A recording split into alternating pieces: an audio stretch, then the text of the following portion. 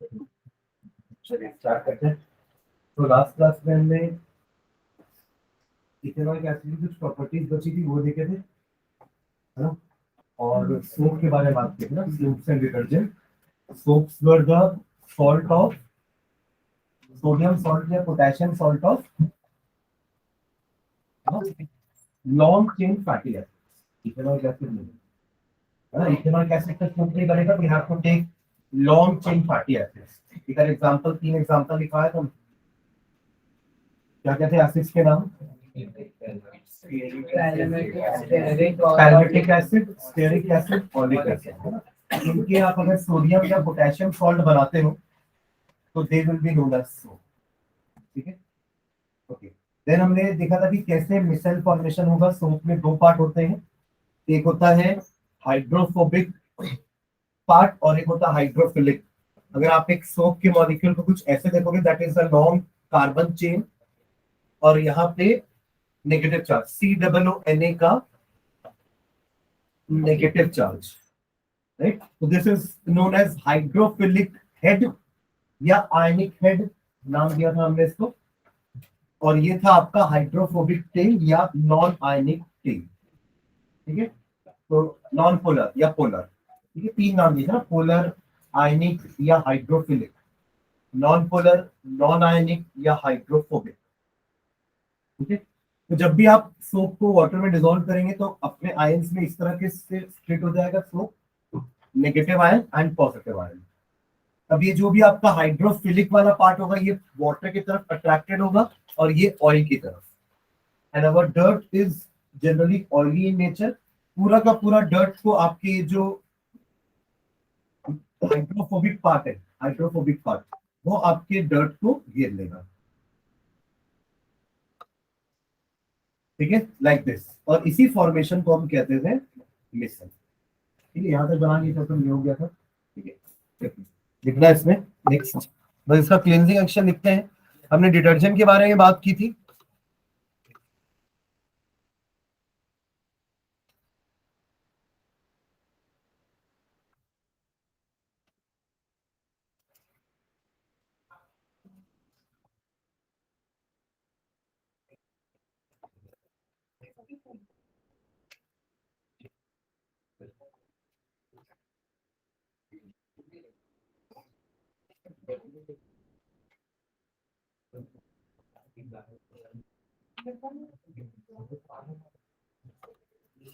हाँ, एक subheading डालना, cleansing action of soap, cleansing या cleaning action of soap.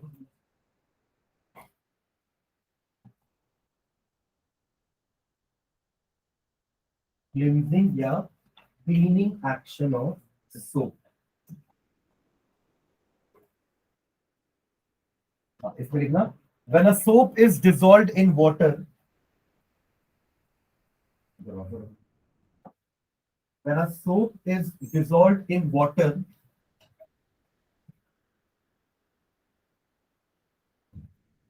comma, the molecules associate, when a soap is dissolved in water, the molecules associate together as clusters. The molecules associate together as clusters called micelles, MICELLES, in which in which in which water molecules in which water molecules in which water molecules being polar in nature, being polar in nature in which water molecules being polar in nature surround the ions surround the ions surround the ions and the hydrocarbon part, या chain लिख सकते हो, and the hydrocarbon part या chain of the molecule, and the hydrocarbon chain या part of the molecule attracts grease, oil or dirt. Grease, oil or dirt.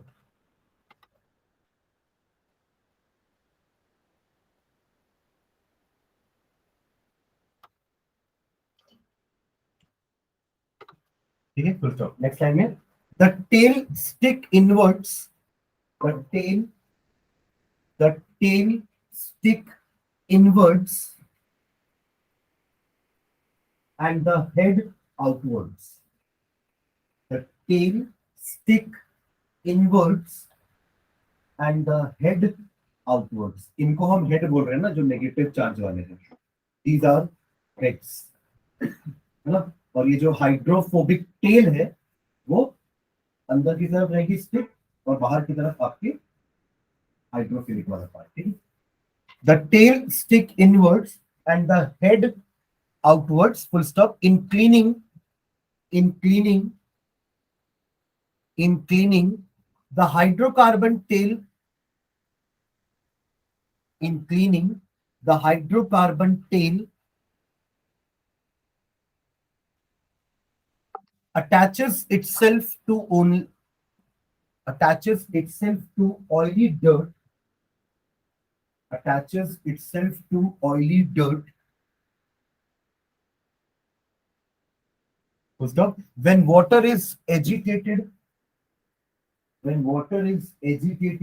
AGIATED, मैं बता रहा हूँ कि हम हाथ से रगड़ते हैं कपड़ों को या वॉशिंग मशीन में डालते हैं तो वो भी कपड़ों को शेक कर रही है। ठीक है। When the water is agitated, AGIATED, bracket में shaken, SHAKEN, shaken, bracket close.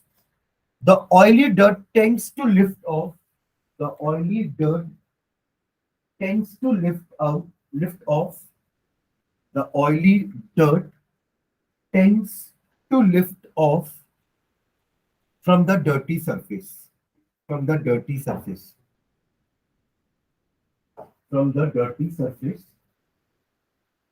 And dissociate into fragments.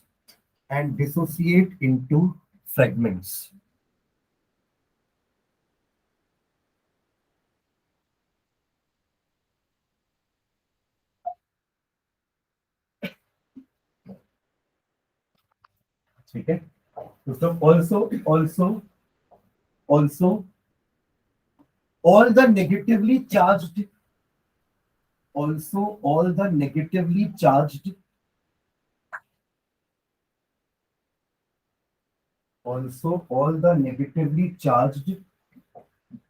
head, tail तो ऑयल की तरफ स्टिक है, नेगेटिवली चार्ज जो आपके हेड है वो बाहर की तरफ है ना। Also all the negatively charge head repel among themselves,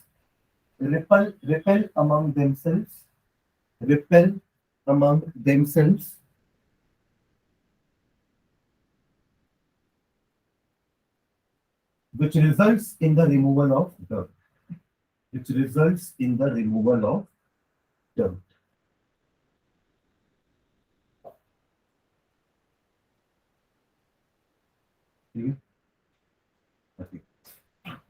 detergent एक हैंड डालना, डिटर्जेंट के बारे में बस डेफिनेशन लिखेंगे, बाकी इसका क्लीनिंग प्रॉपर्टी सेम है, क्लींजिंग एक्शन सेम है। डिफरेंसेस जो हम डिस्कस किए थे सोप और डिटर्जेंट के बीच में, है ना। तो डिटर्जेंट लिखना, इसका हाइफन डाल के these are sodium or potassium salt of, these are sodium or potassium salts of, these are sodium or potassium salts of sulfonic acids, sodium or potassium salts of sulfonic acids having SO3Na or SO3K group. Sodium or potassium salt of sulfonic acid having SO3Na or SO3K group.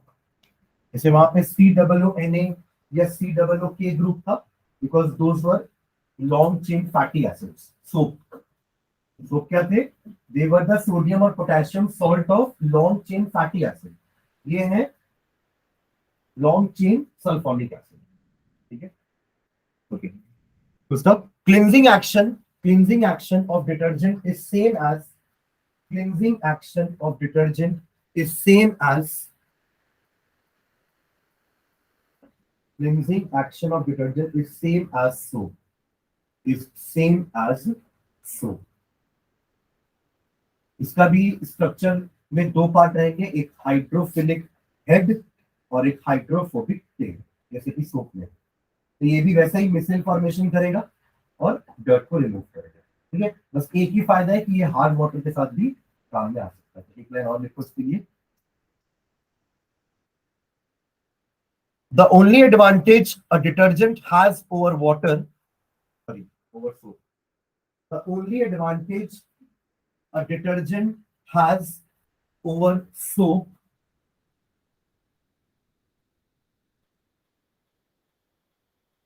is that it can be used, is that it can be,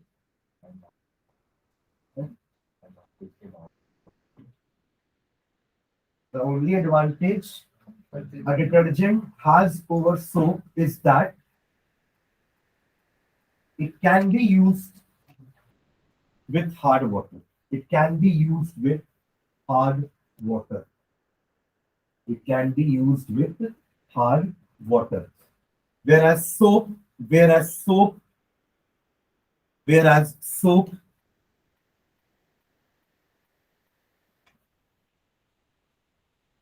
do not form, do not form leather,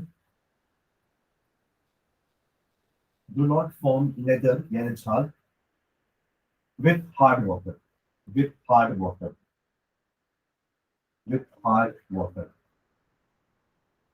with hard water।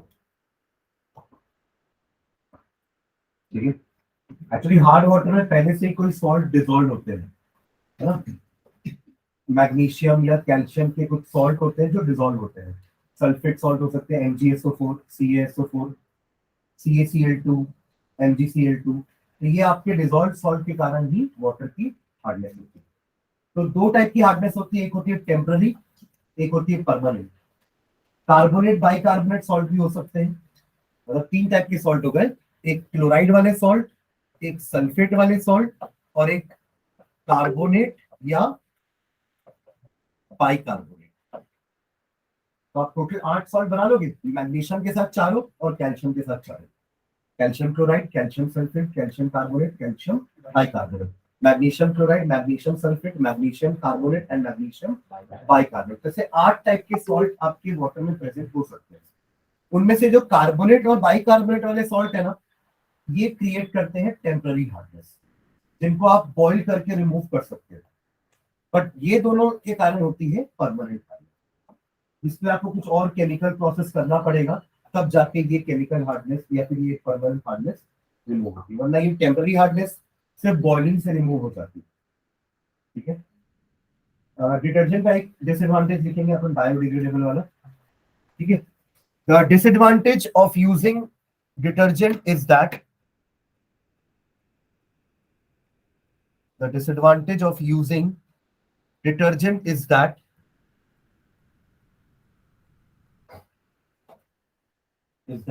it is non-biodegradable. It is non-biodegradable. It is non-biodegradable. That is, it is not easily decomposed by. It is non-biodegradable. That is, it is not easily decomposed by. It is not easily decomposed by microbial action. Microbial action। ठीक है, चलो, तो ये आपका last topic था chapter का। NCERT निकाल लो, question answer देखते हैं जल्दी। इंडेक्स क्वेश्चंस कौन कौन से पेज पे, जल्दी एक बार देखते चलो।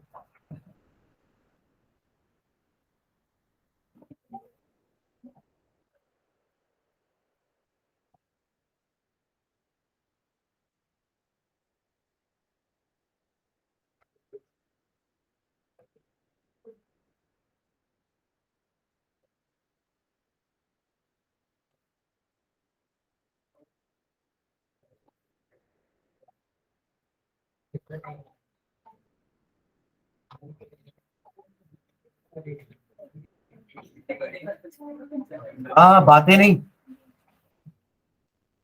कौन से पेज में पहला क्वेश्चन रीड करिए? फर्स्ट क्वेश्चन है। फर्स्ट क्वेश्चन,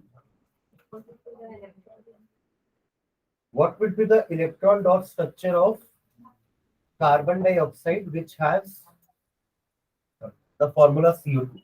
CO2 का इलेक्ट्रॉन डॉट स्ट्रक्चर कैसे बनाएंगे? कार्बन है, उसके आजू बाजू 4 ऑक्सीजन बैठा दो, है ना? ऑक्सीजन के आजू बाजू कितने रहेंगे? 6 ना। एटॉमिक नंबर 8 होता है, बट वैलेंस इलेक्ट्रॉन कितने हैं? 6। तो 1 2 3 4 5 6, लाइकवाइज 1 2 3 4 5 6। कार्बन को कितनी बॉन्ड बनानी है? 4। ठीक है, तो ये बॉन्ड ऐसे बना लेगा, ये 2 शेयर करेगा, ये भी 2 शेयर करेगा, तो ये अब 8 इसके हो गए, और ये 8 इसके, और ये 8 इसके। क्लियर है? इसको कहते हैं इलेक्ट्रॉन डॉट स्ट्रक्चर। आप बॉन्ड शो कर दोगे तो ये ऐसी बॉन्ड हो जाएगी। ठीक है, क्लियर? जो ऑक्सीजन की तरफ दो दो पेयर दोनों में बना ना, those are known as lone pairs. क्या बोलेंगे इसको? Lone pairs which are not taking part in bond formation. ये बॉन्ड नहीं बना रहे ना, बॉन्ड सिर्फ यही वाला पेयर बना रहा है, बाकी दोनों पेयर एज इट इज है, उनको जरूरत भी नहीं। समझ रहे हैं? तो electron dot structure of carbon dioxide ये रहा। ठीक है, next question, what would be the electron dot structure of a molecule of sulfur which is made up of 8 atoms of sulfur? Hint: the 8 atoms of sulfur are joined together in the form of a ring. एक crown structure होता है sulphur का। Sulphur S8 होता है, sulphur is S8, और crown होता है ना, जैसे महाराजा राजा लोग का क्राउन, उस फॉर्म में सल्फर के जो 8 एटम है ना, वो अरेंज होता है। ठीक है, तो उसको मैं बना रहा हूँ, यहाँ पे देखना एक बार।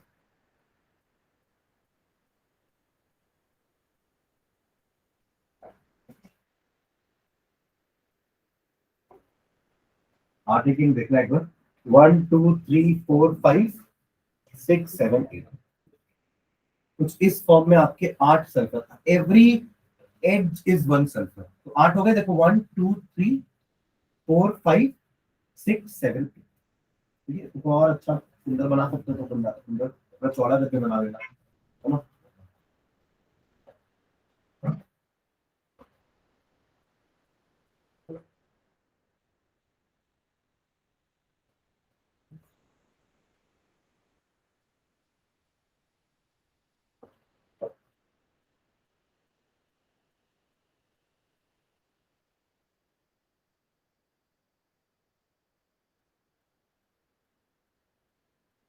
ठीक है, यार ये तो बॉन्ड डायग्राम हो गया, हमें तो उसका वो बनाना है ना, इलेक्ट्रॉन और स्ट्रक्चर। तो कैसे बनाएंगे? एक सल्फर यहाँ है, दूसरा सल्फर ये रहा, तीसरा यहाँ, चौथा यहाँ, पांचवा यहाँ। ठीक है, फिर छठवा इधर, सातवां इधर, और आठवां इधर।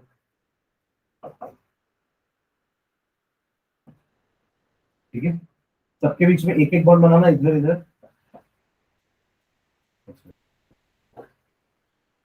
इधर। ठीक है, और बाकी इलेक्ट्रॉन यहाँ रहेंगे।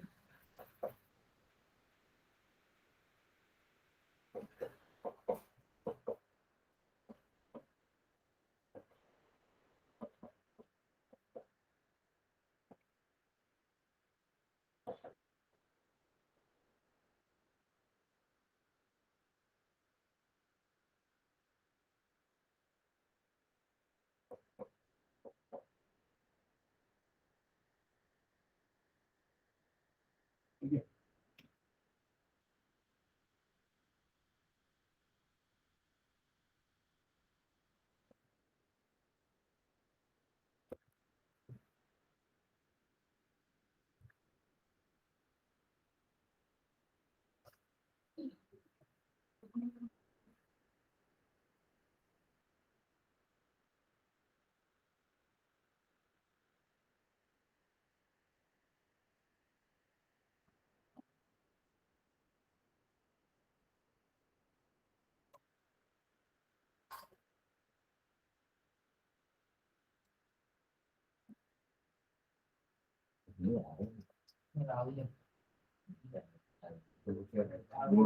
एक्चुअली वो जैसा नहीं है पीएमजी ऐसे दिखेगा।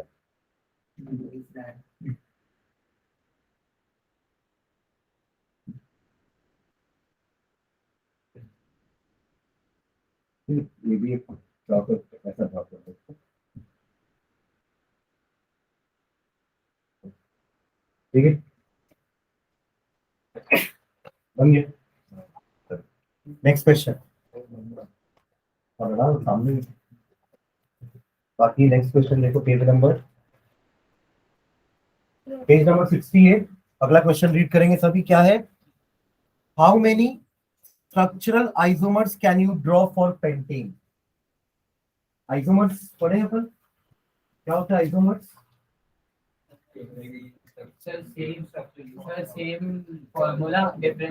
Same molecular formula but structure different होगा, है ना। तो पेंटेन के लिए हम कितना स्ट्रक्चर बना सकते हैं? हम पांचों कार्बन को सीधा कनेक्ट कर दे लाइक दिस। इसमें हाइड्रोजन फिल करेंगे तो 3 इधर, 2 इधर, 2, 2 और 3। फॉर्मूला क्या बनेगा? C5H12। 3 4 5 6 7 8 9 10 11 12। ठीक है। अब इन्हीं 5 कार्बन को हम ऐसे भी कनेक्ट कर सकते हैं। हम करके देखते हैं। हाइड्रोजन उतने रहने चाहिए, 3 यहाँ, 3 यहाँ, 6, 3 9 10 11 और यहाँ अब एक ही चाहिए 12। तो ये भी हो जाएगा C5H12। और तीसरा स्ट्रक्चर 3 बनाओ यहाँ ऊपर, एक नीचे। 3 हाइड्रोजन इधर, 3 इधर, 3 इधर और 3 इधर। बीच वाले को जरूरत नहीं है, एक और हाइड्रोजन की। तो ये भी आपका C5H12। ठीक है, इसको नाम भी दिया था हमने। ये था आपका एन पेंटेन, याद है? सेकेंड वाले का नाम क्या था? आइसोपेंटेन। नॉन नहीं, नियोपेंटेन। तीनों का आईयूपीएसी नाम भी लिखे थे। एन हटा दोगे तो इसका आईयूपीएसी नेम पेंटेन होगा बस, है ना। ये जो लिखा हुआ है ये है कॉमन नेम। ठीक है, सीएन मतलब कॉमन नेम। और यहां मैं लिख रहा हूं आईयूपीएसी नेम। ठीक है, इसका आईयूपीएसी नेम क्या होगा? देखो इधर ध्यान देना। स्ट्रेट चेन या लॉन्गेस्ट चेन में 4 ही कार्बन है ना, तो ब्यूटेन होगा। और इधर से सेकेंड कार्बन पे एक मिथिल ग्रुप है ना, तो क्या हो जाएगा इसका नाम? 2 मिथाइल ब्यूटेन। समझ गए? और इसका नाम, अब स्ट्रेट में या तो 3 ही है ना लगातार, या तो आप इसको लो या तो इसको लो। ठीक है, पर लगातार 3 ही कार्बन आ रहे कंटिन्यूस में, तो इसका पेरेंट चेन 3 कार्बन वाला हो जाएगा। और सेकेंड कार्बन पे दोनों जगह मिथिल लगा हुआ ऊपर नीचे, तो इसका नाम हो जाएगा 2,2 डाई मिथाइल प्रोपेन। ठीक है, बना लो तीनों स्ट्रक्चर।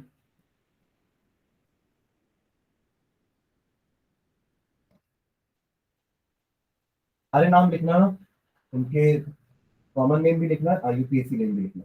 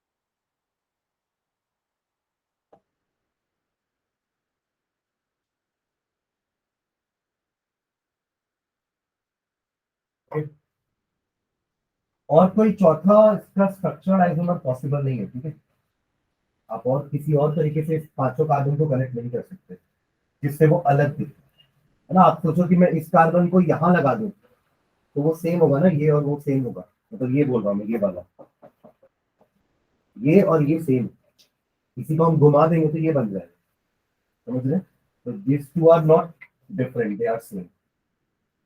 ठीक है, चलो नेक्स्ट।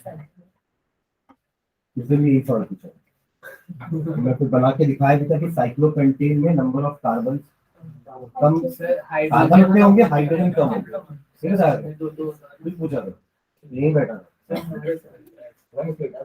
तो टेस्ट लेता है मेरा, आज तो कुछ और बताएंगे। चलो अगला, नेक्स्ट क्वेश्चन, क्वेश्चन नंबर 2 उसी पेज का। What are the two properties of carbon which lead to the huge number of carbon compounds we see around us? तीन पढ़े अपन, है ना। एक टेट्रावेलेंसी था, एक उसका कैटिनेशन प्रॉपर्टी था, और मल्टीपल बॉन्ड फॉर्मेशन। ठीक है, मतलब carbon carbon carbon single bond भी बना सकता है, कार्बन कार्बन डबल भी, कार्बन कार्बन ट्रिपल भी, ऊपर से कार्बन लंबी लंबी चेन भी बना सकता है। मतलब दो कार्बन वाले कंपाउंड्स तीन बन सकते हैं, तो तीन कार्बन वाले कंपाउंड्स भी तीन बन सकते हैं, having double bond, triple bond, single bond. चार कार्बन वाले भी तीन कंपाउंड बन सकते हैं। Likewise n number of carbon के n नंबर ऑफ कंपाउंड, हर के तीन तीन कंपाउंड बन सकते हैं, समझ रहे। तो इसलिए it give rise to large number of organic compound या compound made up of carbon. ठीक है, ये अपन यूनिक नेचर में लिखे, प्लस का डाले थे वर्सटाइल नेचर ऑफ कार्बन। ठीक है, तो बस प्रॉपर्टी के नाम लिख लो नीचे। फर्स्ट लिखना कैटिनेशन, कैटिनेशन, कैटिनेशन का मतलब क्या था, सेल्फ लिंकेज, है ना, कि वो अपने ही जैसे एटम के साथ कंबाइन कर रहा है। हाइफन डाल के एक लाइन लिखो, ability to form bonds with, ability to form bonds with, ability to form bonds with other atoms of carbon, ability to form bonds with other atoms of carbon. And second लिखना tetravalency, या tendency to form multiple bond भी लिख सकते हो ना, तीन में से कोई भी दो लिखना, दो ही पूछ रही थी। Tetravalency with the valency of 4, with the valency of 4, with the valency of 4, with the valency of 4, carbon is capable of bonding with a valency of 4, carbon is capable of bonding with 4 other atoms. With the valency of 4, carbon is capable of bonding with 4 other atoms. ठीक है, अगला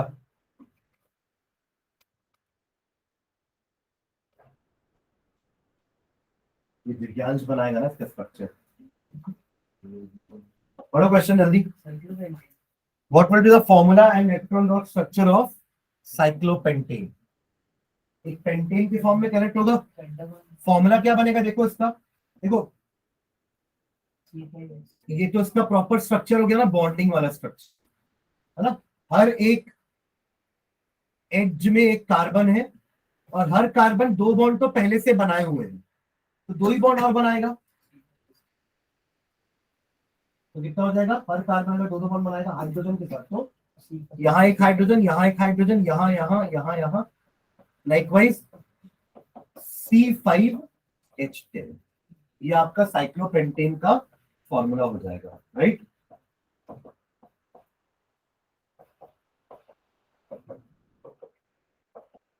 पर इसका electron dot structure बोला है ना, तो कैसे बनेगा, ये नहीं बनाना एक्चुअली में, ठीक है, ये तो उसका स्ट्रक्चरल फॉर्मूला हो गया ना, हमको स्ट्रक्चरल फॉर्मूला नहीं बनाना है। फॉर्मूला लिख दिए, अब इसका इलेक्ट्रॉन डॉट कैसे बनाते हैं, this is one carbon, this is another carbon, third carbon, fourth carbon, fifth carbon, इसके बीच में single bond, single bond, single bond, single bond, और इनके बीच में सिंगल बॉन्ड, राइट। अब ये एक हाइड्रोजन के साथ सिंगल बॉन्ड, इसके साथ सिंगल बॉन्ड, लाइकवाइज बॉन्ड मत बनाना, अगर इलेक्ट्रॉन डॉट स्ट्रक्चर बोलता है तो सिर्फ इलेक्ट्रॉन डॉट दिखाने।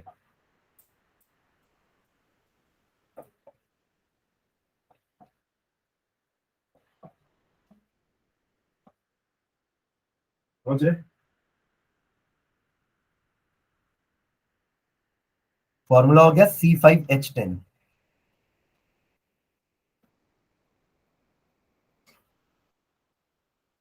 अब ये 8 इलेक्ट्रॉन कार्बन के, फिर इसके 8 इलेक्ट्रॉन ये रहे, फिर इसके 8 इलेक्ट्रॉन ये रहे, फिर इसके 8 इलेक्ट्रॉन, 2 2 4 2 6 2 8 ये है, और इसके 2 2 4 2 6 2 8 इसके 8 इलेक्ट्रॉन ये बनाएंगे ना सर्कल, ठीक है। और इसके 2 ये रहे, इसके 2 ये, इसके 2 ये,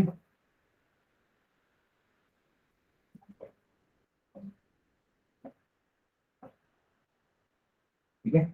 देख के ऐसा ड्रॉ मत करो, ठीक है। हर H के अंदर 2 इलेक्ट्रॉन को घुसाओ, हर कार्बन के अंदर 8 को, ठीक है।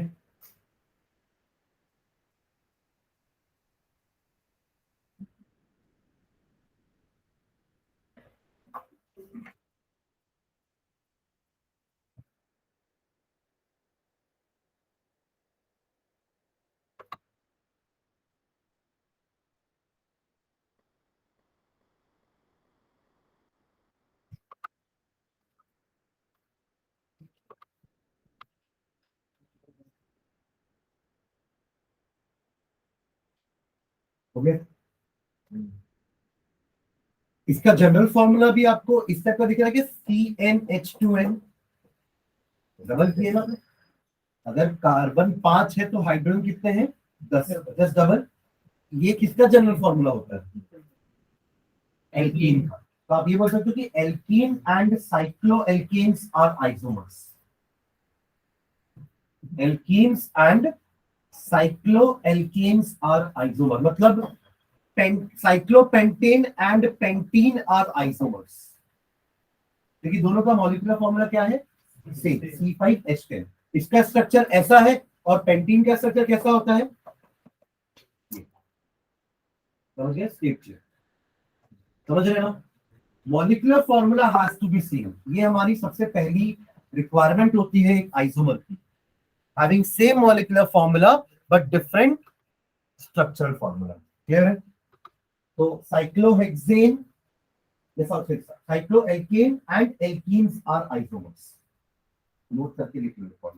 नोट, नोट, cycloalkanes, cycloalkanes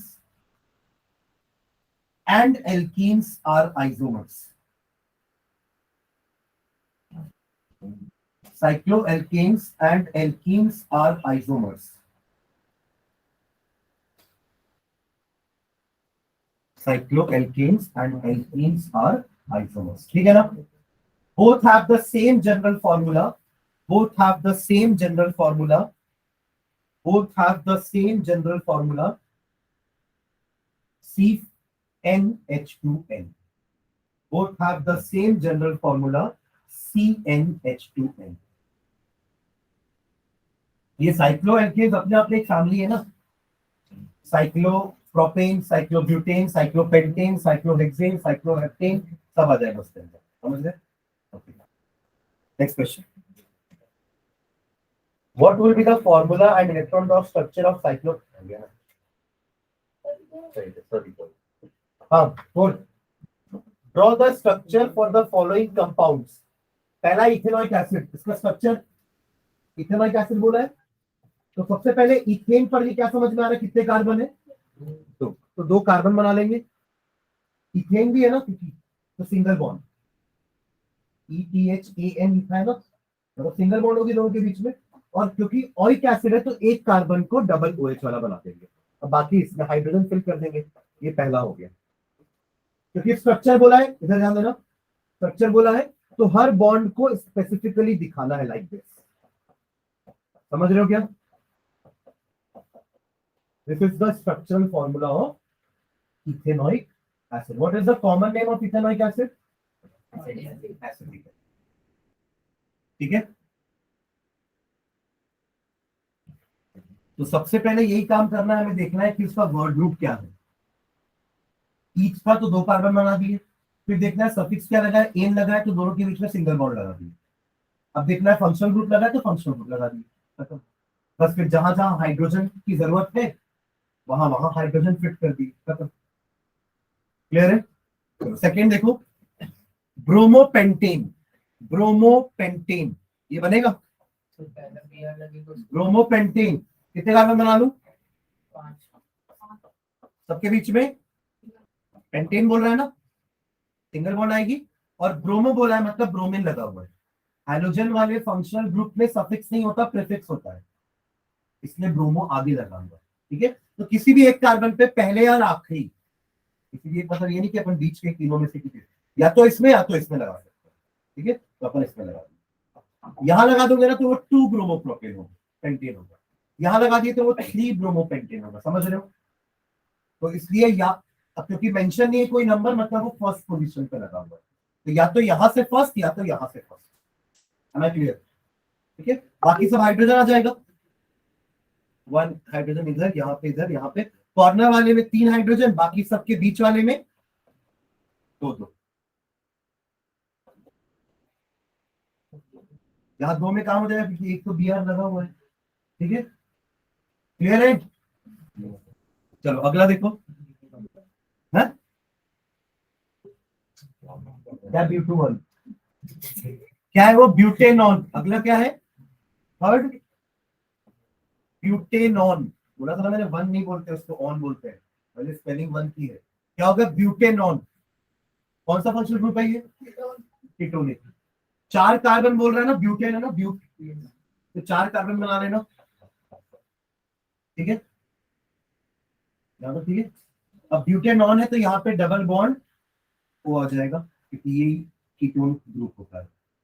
ठीक है, बाकी जगह हाइड्रोजन, एक हाइड्रोजन यहाँ हो जाएगा, एक यहाँ, एक यहाँ, 3 होगा इसकी।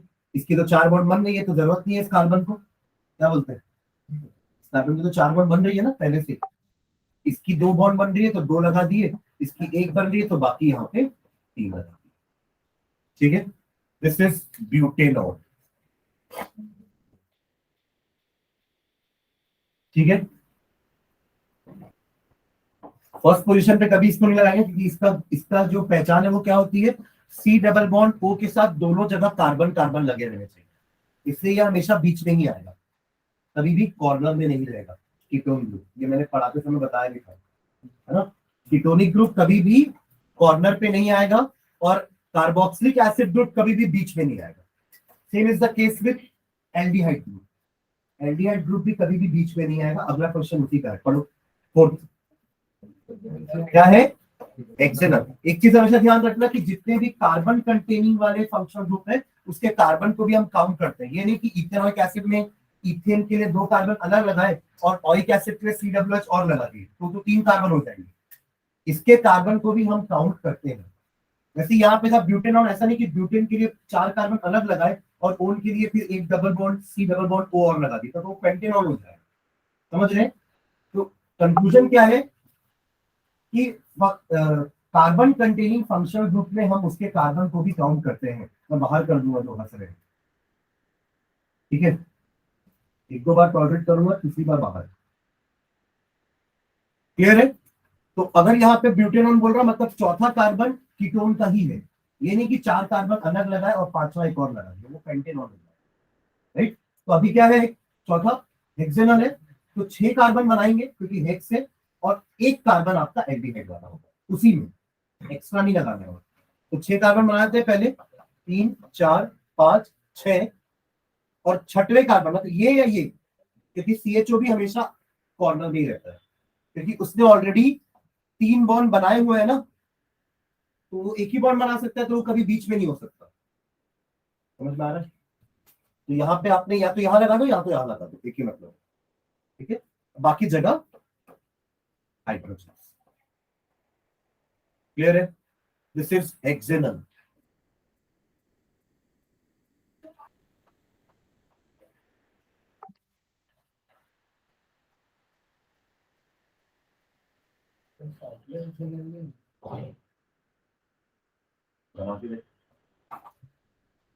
कैसे होगा वो बीच में? नहीं हो सकता है ना, तो साइक्लिक कंपाउंड है मतलब दोनों साइड बॉन्ड बनाएगा तभी साइकिल बन पाएगा। ठीक है, चलो इसमें ही एक और क्वेश्चन लास्ट में दिया है, are structural isomer possible for bromopentane? क्या ब्रोमोपेंटेन के लिए कहा ये वाला, क्या इसके लिए स्ट्रक्चरल आइसोमर्स पॉसिबल है? हाँ? हो सकते हैं ना, ये बी आर यहाँ लगा है, आप उठा के यहाँ लगा दो, फॉर्मूला तो सेम रहेगा ना, यहाँ का हाइड्रोजन यहाँ आ जाएगा, बी आर यहाँ आ जाएगा, तो एक स्ट्रक्चर नया बन गया, फिर उस बी आर को यहाँ लगा दो, एक स्ट्रक्चर और बन गया। जैसा कि अपन पीछे पेंटेन में मिथिल के साथ कर रहे थे ना, सी एस पी हटा रहे थे ना यहाँ से, दिस वन, इसको आपने यहाँ हटा के यहाँ लगा दिया तो एक आइसोमर बन गया, फिर एक और हटा के यहाँ ऊपर लगा दिया तो एक और आइसोमर बन गया। लाइकवाइज यहाँ पे आप ब्रोमीन को रिंग में घुमा सकते हो, ब्रोमीन को अगर आप चेन में घुमाओगे तो अभी यहाँ लगा है तो इसका नाम है एक्चुअली वन ब्रोमोपेंटेन। क्या है ये? One bromopentane. अगर ये ब्रोमो यहाँ लगा होता तो इसका नाम होता है टू ब्रोमोपेंटेन, अगर ये ब्रोमीन यहाँ लगा होता तो इसका नाम होता थ्री ब्रोमो, और यहाँ लगाओगे तो वो तो सेम टू ब्रोमोपेंटेन ही होगा। तो 1 2 3 ये तीन जगह ब्रोमीन रह के अलग अलग स्ट्रक्चरल आइसोमर्स बना सकता है। समझ में आ रहा है? तो नीचे लिखना,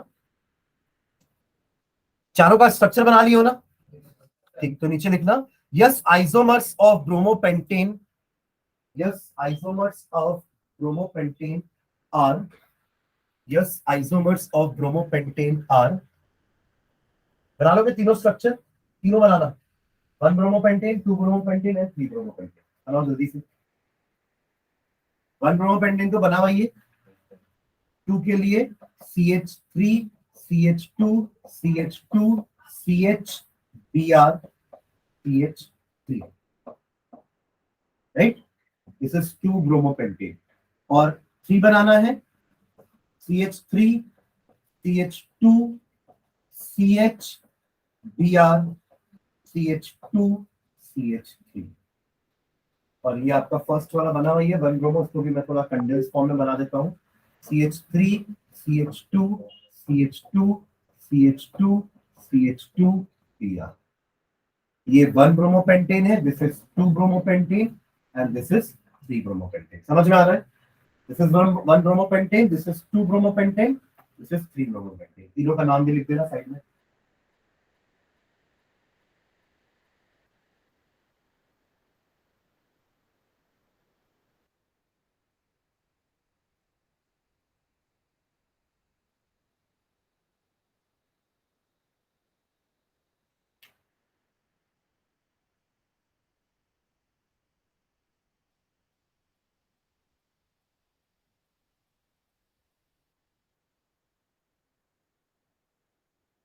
स्ट्रक्चर्स अलग है मतलब नाम अलग हो जाएंगे, ठीक है।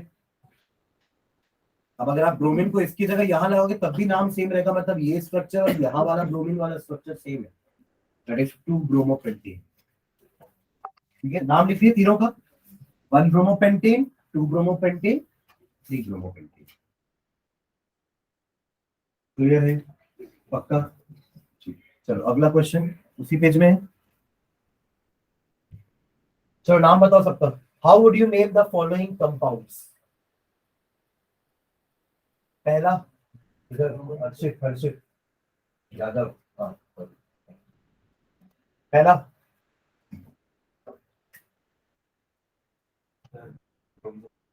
ब्रोमो इथेन, ठीक है सबको, पहला ब्रोमीन लगा हुआ है ना, एक हैलोजन है, हैलोजन के लिए क्या होता है? प्रीफिक्स। तो ब्रोमो और कितने कार्बन है? दो कार्बन है, यानी कि एक, दोनों के बीच में क्या बॉन्ड है? सिंगल, तो एक, तो ब्रोमो इथेन। समझ रहे हैं? फर्स्ट का नाम जल्दी लिखो सब। First is bromo ethane, bromo ethane, bromo ethane. हाँ, सेकेंड अनिकेत, सेकेंड मिथेनल, मैं भी तो ही बोल रहा हूँ मिथेनल, मिथेनल क्या होगा? मिथेनल। क्यों मिथेनल हुआ? देखो एक कार्बन है तो मिथ आएगा, मिथेन होगा क्योंकि एक कार्बन आया तो मिथेन ही होता है। अब वो जो एक ग्रुप रहे ना, वो एक्चुअली CHO ग्रुप है, CHO मतलब एल्डिहाइड, और एल्डिहाइड के लिए हम सफिक्स क्या लगाते हैं? अल। तो ई हटाए अल जोड़ दिए, ई हटेगा और अल आ जाएगा, तो नाम क्या हो जाएगा? मिथेनल। क्लियर है? हाँ? कौन सा? ये सबसे इजी है, इसमें कोई फंक्शनल ग्रुप नहीं है।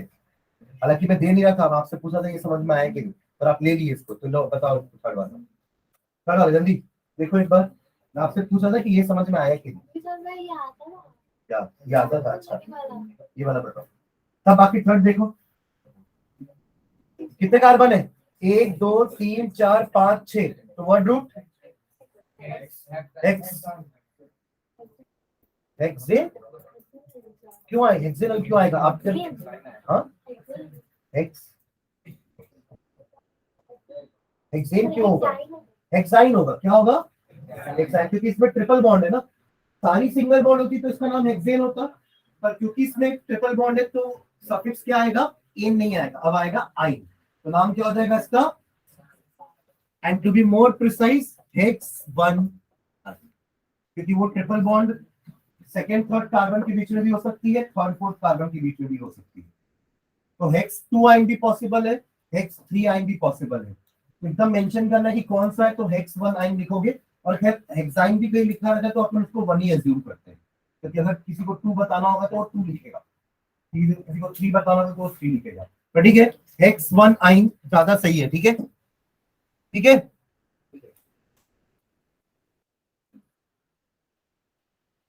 नेक्स्ट अगला क्वेश्चन, पेज नंबर पढ़ो। Why is the conversion of, वही है ना question, why is the conversion of ethanol to ethanoic acid an oxidation reaction?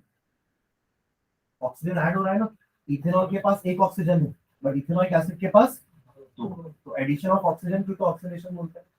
देखिए उसका answer,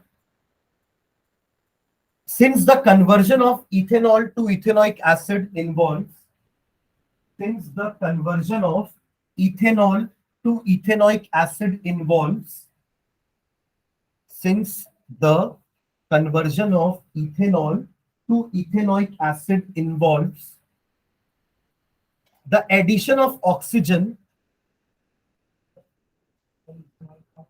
ethanol to ethanoic acid involves the addition of oxygen to ethanol, since the conversion of ethanol to ethanoic acid involves addition of oxygen to ethanol, it is an oxidation reaction. It is an oxidation reaction. It is an oxidation reaction. Reaction भी लिखे ना, CH3CH2OH, ये है ethanol, क्या बोलते हैं, plus oxygen gives you ethanoic acid. ठीक है,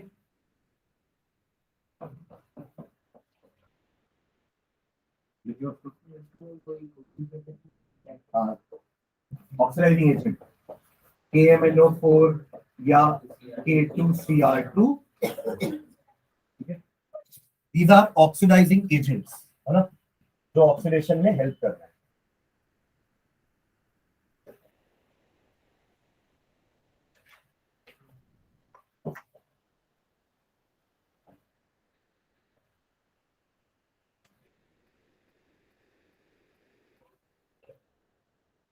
हाँ अगला क्वेश्चन पढ़ो।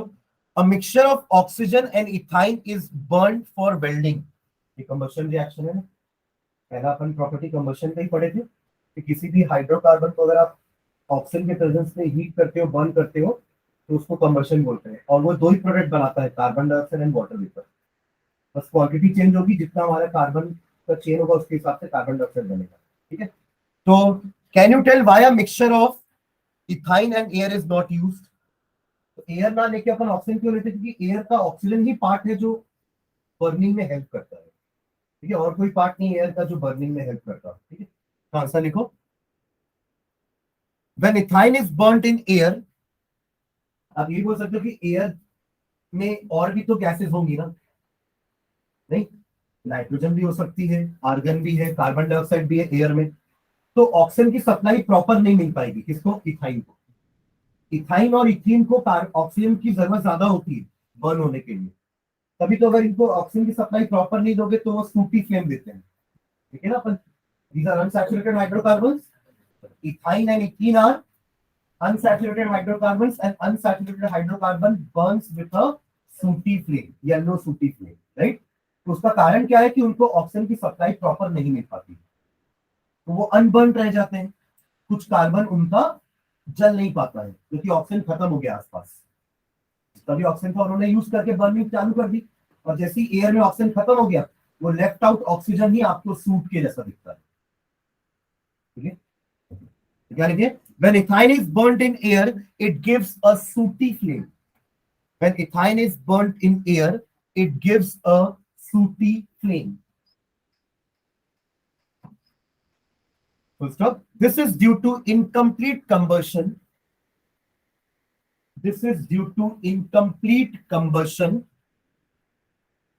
this is due to incomplete combustion caused by limited supply of air, caused by limited supply of air.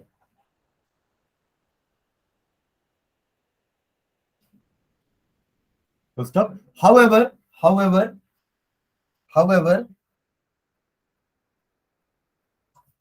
if ethine is burnt with oxygen, however, if ethine is burnt with oxygen, if ethine is burnt with oxygen,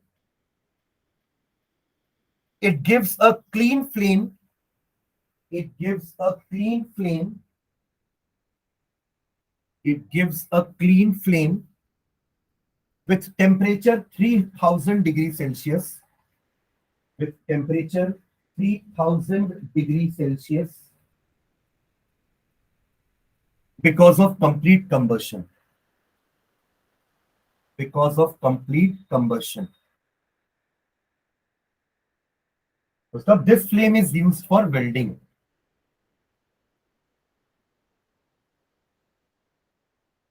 This flame is used for welding. Welding सुना है ना आपको?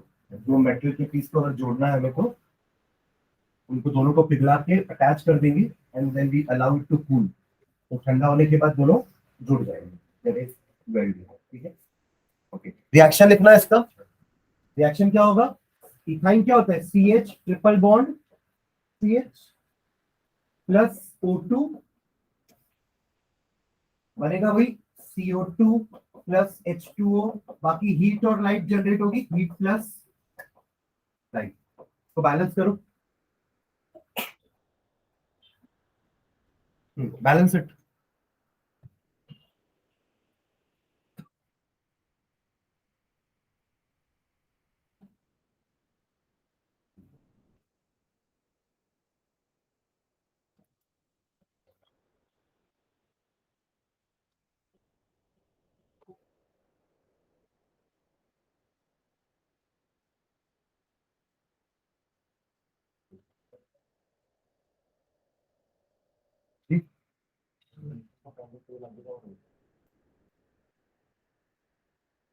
इसके पहले 2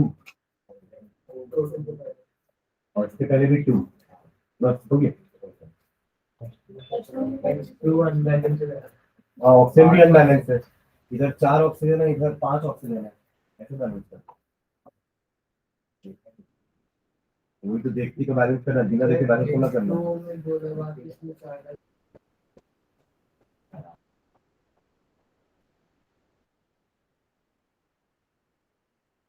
carbon इधर 2 है, इधर एक ही है ना, तो पहले इसको 2 करते हैं, है ना। उसके बाद ऑक्सीजन, अच्छा हाइड्रोजन देख लेते हैं, हाइड्रोजन कितना है यहाँ पे? 2 और इधर 2, हाइड्रोजन ठीक है ना, पर अभी बिगड़ने वाला है क्योंकि ऑक्सीजन यहाँ पे 4 और एक 5 है, इधर 2 ही है, तो आप 2 लगाओगे तो 4 ही होगा ना, तो कम से कम 3 लगाना पड़ेगा, तब 6 होगा, तब फिर वहां कम हो गया, और वहां बढ़ाने के लिए अगर इसको मैं 3 करूं, ये 6 और 7 हो गया।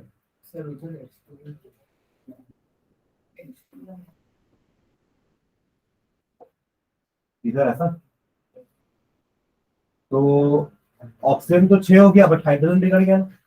अब हाइड्रोजन को सुधारने के लिए इधर इधर कुछ करना पड़ेगा, और फिर इसको कुछ करोगे तो इसको इधर यहाँ कार्बन को कुछ करना पड़ेगा, समझ रहे? हाँ चलो, हो जाएगा, बैलेंस हो जाएगा, तो कोई बड़ी बात नहीं है। हाँ चलो ठीक है, इतना यहाँ तक क्लियर है ना अभी तक? 6 ऑक्सीजन 6 ऑक्सीजन, हाइड्रोजन उधर 4, इधर 4 करने के लिए 2 इधर लगाऊंगा, और कार्बन फिर 2 हो गए, 4 हो गए सॉरी, और इधर कार्बन 4 करने के लिए एक ही ऑप्शन है, इधर 4 लगाए, राइट। अब बस ऑक्सीजन बचा है ना, कार्बन 2 गया ना बैलेंस, 4 कार्बन है इधर, 4 कार्बन इधर, हाइड्रोजन यहाँ पे 4, यहाँ पे 4, अब बस ऑक्सीजन बचा है, तो उसके लिए तो यहाँ पे करेंगे सर इधर 3 की जगह 5 लगा, इसकी जगह, हाँ यहाँ पे, तो यहाँ कम है ना, वहां पे तो 8 2 10 है, तो यहाँ पे 10 करना तो हो गया 5 वोट है, ठीक है, दिस द बैलेंस केमिकल, ठीक।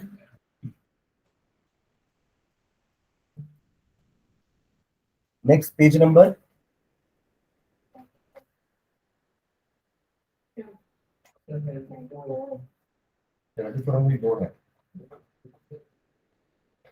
How would you distinguish experimentally between an alcohol and a carboxylic acid?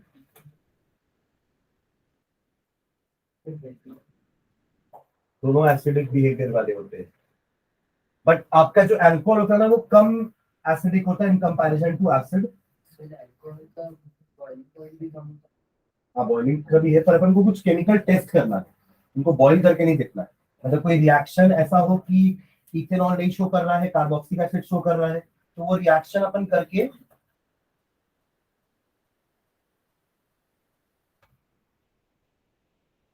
देखो, इथेनॉल सोडियम के साथ रिएक्ट करके C2H5COO दे रहा था सॉल्ट, है ना, बट इथेनॉल जो है वो Na2CO3 के साथ रिएक्ट नहीं करेगा, जबकि आपके एसिड जो है ना carboxylic acid that will react with Na2CO3 और बनाएंगे carbon dioxide gas brisk effervescence के साथ, जिसको जब आप पास करोगे लाइम वाटर से तो lime water will turn negative.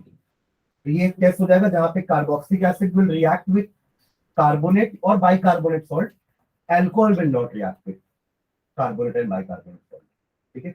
जब उसको अपन नेक्स्ट क्लास में निकलेंगे, इसके क्वेश्चन आंसर्स करते हैं नेक्स्ट क्लास में, और नेक्स्ट क्लास में ये मैग्नेटिक बिहेवियर चालू करेंगे ना, एक चैप्टर फिजिक्स का हो गया, केमिस्ट्री का तो यही लास्ट चैप्टर है, इसका क्वेश्चन आंसर्स करके आधे घंटे में बाकी अपन मैग्नेटिक बिहेवियर वाला चैप्टर चालू करेंगे। और एक बात और, कल से मतलब नेक्स्ट क्लास से टाइमिंग जो है ना वो मैं 6:30 कर रहा हूँ,